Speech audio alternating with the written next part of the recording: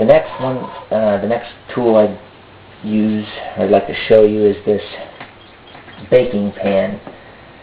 I use it to cook my sculptures on, and my heads, like for example, this head, I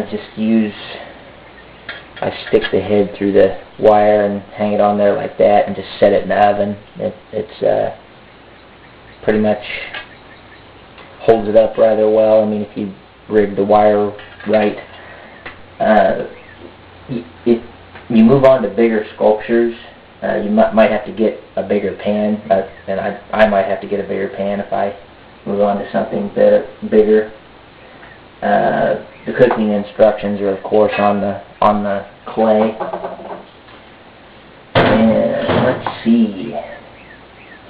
I also would like to mention that I use a plastic bag, like, you know, you can get it from any store, to cover my sculpture, like when I'm working on it. Like you had the, you know, sculpture just sitting there. You would want to, and you want to protect it, like walk away from it, protect it from dust. You just set it inside the bag like that, and then just kind of, you know, cover it up and maybe set something here on it so that just basically keeps the dust off of the sculpture and until you come back to it. Next up is the ruler and the divider. Right here. These are basically used to measure the picture that I have on my computer and make comparisons and things like that. They're pretty self-explanatory. And let's move on to the actual sculpting tools. First tool, just your basic run-of-the-mill knife, and it's just used to cut pieces of clay and occasionally like make reference lines on the sculpture. You can use any knife for that purpose. I mean, it doesn't really matter. And here's the next tool,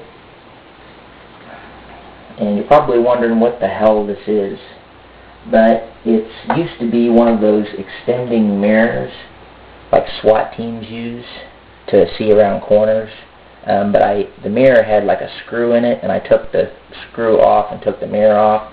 I basically used this to like smooth things out, like the skeleton's head. I kind of rolled it a little bit on there, and I also use it to smooth, and like if you stick, like this part of the skull is clay, you know, that I had to stick onto what was on there, and then, you know, you just use it to smooth the clay on there so it sticks.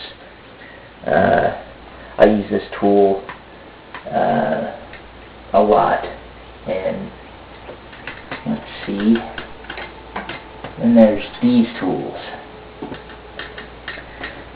I use the back ends. These are paint brushes, by the way, but I ripped the heads out and slung guitar strings in there. I glued guitar strings in. I use the back of these tools just like the previous tool to smooth. I mean, if you want to go a little bit smaller with the smoothing or like the fixing on of the clay, and I use the front ends.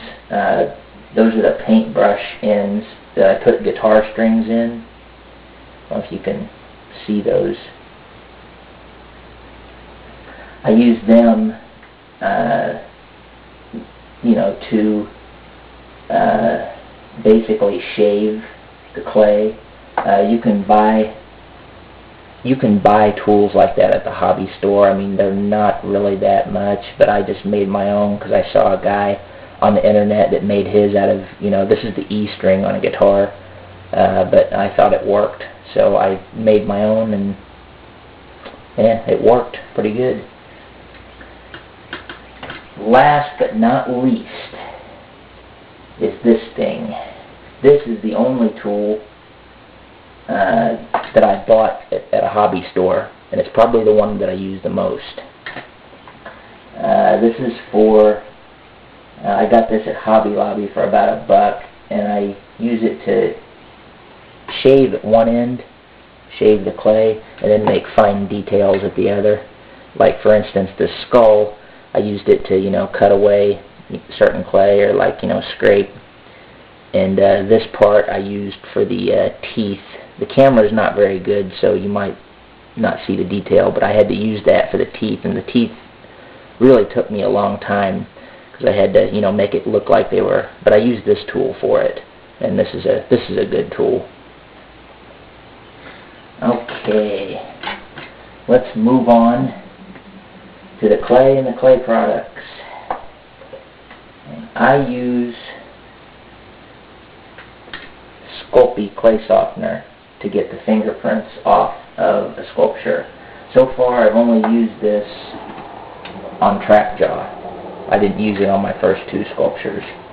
I use a small paintbrush before I bake the sculpture. I just, you know,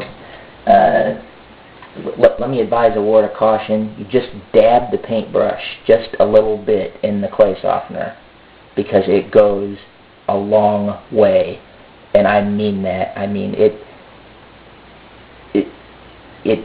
All you have to do is just dip the clay, or dip the paintbrush into the softener, like right at the very end. I mean, you don't need that much at all. Yeah, just lightly dab it in, and yeah, I can't stress that enough. And you just, you know, paint it on there real lightly, and a little bit will go a long, long way. And the last thing on the agenda is, of course, the clay that I use. This stuff, Super Sculpting. This stuff is magic. It's awesome, and this shit is wonderful. It comes in 1-pound bars for about $12, depending on where you shop. I started using it a few months ago, and I am impressed. It's worth its weight in gold.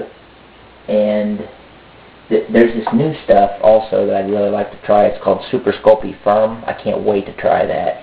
But I've read that Super Sculpting Firm is from like a little bit more detailed sculptures. And I'll post a video if I ever buy some and make a sculpture out of it, because I'm sure it'll be cool. But this clay has treated me very well. This is awesome clay. And well, that concludes my video, and I hope that I've helped somebody at least, you know, maybe spark an interest in sculpture or sculpting. And please feel free to leave any questions or comments. Peace and take care.